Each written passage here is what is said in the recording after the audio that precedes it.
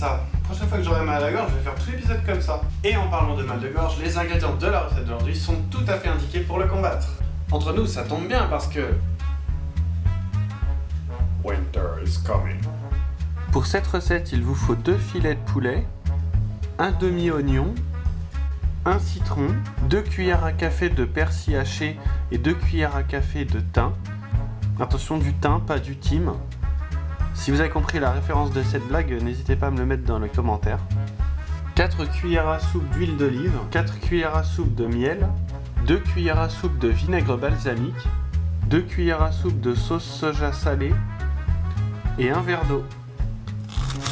Commencez par émincer l'oignon, puis coupez le citron en tranches le plus fin possible. Pour terminer ces préparatifs, coupez les filets de poulet en deux dans le sens de la largeur.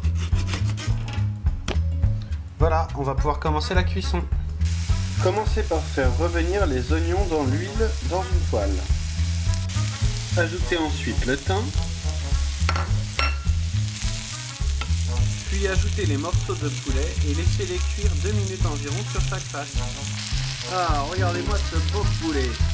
Le poulet, c'est ma grande passion. Voilà une phrase qu'on n'entend pas tous les jours. C'est vrai, mais n'empêche que j'adore ça. D'ailleurs, si j'en vois un là tout de suite, je le déglingue. Techniquement, il y en a un dans ta casserole.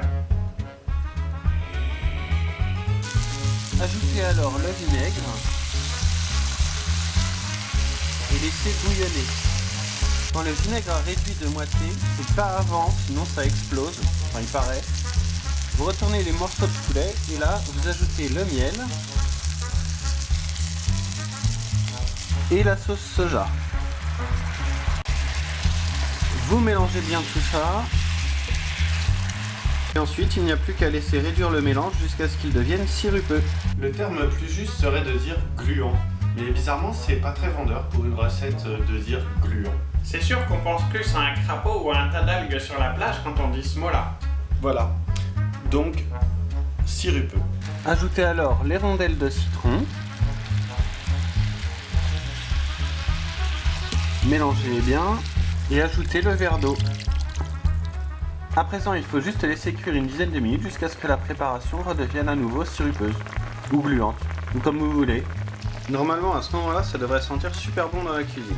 Et tiens, je profite du temps qu'il me reste avant que ça soit fini de cuire pour vous rappeler que vous pouvez toujours participer au concours des galettes de maïs. Il y a eu quelques courageux qui y ont participé déjà, donc je vous invite à rejoindre ceux qui ont osé. Voilà, c'est cuit. Il ne vous reste plus qu'à parsemer de persil haché. Et oui, on n'en a jamais haché. Assez. À chaque fois que je crois avoir touché le fond, il se trouve toujours quelqu'un pour me lancer une pioche. Et voilà, encore une mission accomplie avec succès. Oui, bon, c'est la fin de la recette, quoi. Y a pas besoin de faire des grandes phrases. Toi, je me demande si je te préférais pas en muet. On n'en fait pas le con. Ah, du coup je vais être bien peinard pour pouvoir vous dire que si vous voulez vous abonner, il faut cliquer ici. Pour voir la page de chaîne, il faut cliquer là. Et si c'est pour voir la dernière vidéo, eh bien c'est par ici que ça se passe. Et bien entendu, la page Facebook dont le lien se trouve dans la description attend votre visite. Ah, et avant de se dire au revoir, je remercie beaucoup Christelle d'avoir réalisé l'animation avec le rideau en noir et blanc. Pour pouvoir aller admirer son travail, je vous incite à cliquer dans ce coin. Sur ce,